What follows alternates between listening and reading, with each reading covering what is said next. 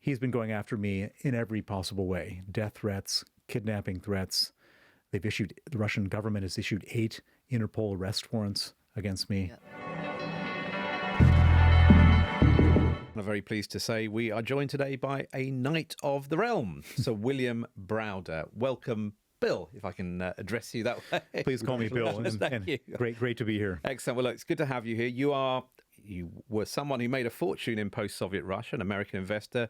You then fell foul of Vladimir Putin, of course, and your lobbying has been instrumental in the United States, passing the Magnitsky Act back in 2012, which imposed targeted sanctions on Russian individuals who are directly connected to human rights abuses. And Magnitsky Acts, plural now, have been adopted in at least 30 countries worldwide. I don't know if you got the exact number to hand. 35 countries. I thought you might have the exact number to hand. 35 countries so far. So someone who's had a worldwide impact when it comes to dealing with Russia, I think it's fair to say. On that note, given how active the GRU, Russian military intelligence, is, do you have to look over your shoulder a lot of the time?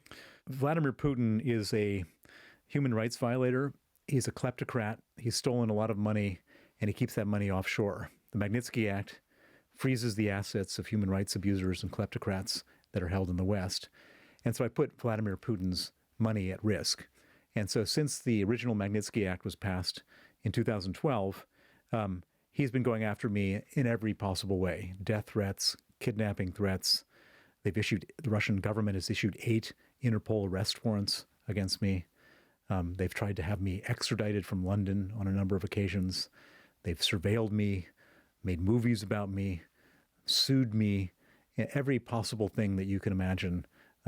There's a whole Bill Browder department in the FSB in Russia. In federal state security. You seem very calm about this. Well, sometimes appearances can be deceiving. Yeah. It's like anything else. There are moments of abject terror, and then there's a lot of time when life is just normal. But and I've been living this life for 15 years. This is not something this has just come upon me. And so, I've learned how to, find my moments when I need to be highly vigilant, and other moments when I can relax. And I feel happy and calm here, sitting with you in the BBC studio. So at the moment, it's good. Well, we're glad to hear that. And of course, unlike the late Alexei Navalny, who was Vladimir Putin's biggest domestic political threat, your name has actually been mentioned by Mr. Putin himself, hasn't it? He referenced you at a news conference, quite an infamous news conference at a summit in 2018 between himself and the then US president and soon to be president again, Donald Trump. Let's just have a listen.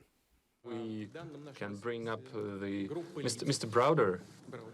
Business associates of Mr. Browder have earned over $1.5 billion in Russia. They never paid any taxes. Well, that was Vladimir Putin replying to a question which was about the investigation that was taking place into alleged Russian influence in the US political system. He was being asked specifically whether he would consider extraditing 12 Russian intelligence officers who are accused by the special counsel, Robert Mueller, of hacking into the Democratic Party's accounts during that 2016 election. When you heard your name mentioned, and as I pointed out there, it is quite something to have your name mentioned by Vladimir Putin. What did you think? Well, so first of all, Vladimir Putin almost never mentions the names of his enemies. It's sort of a mafia tactic.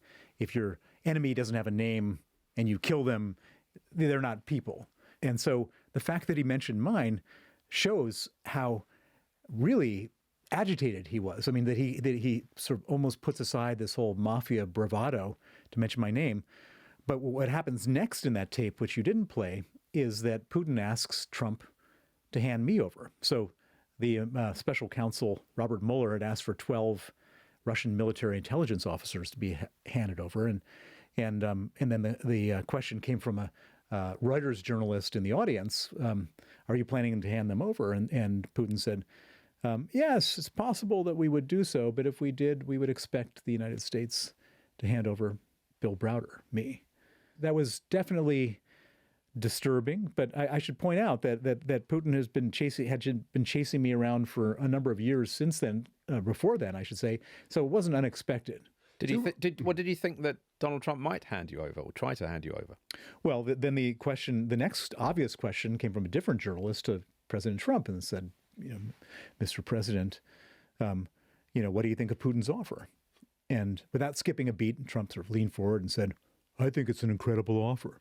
And so it was a very unpleasant moment for me, because it's one thing to hear. And you were in the States at the time. I was in the States at the time, and so that was very, very unpleasant. And he's about to go back into the White House. Well, Donald Trump. that's particularly unpleasant for me as well.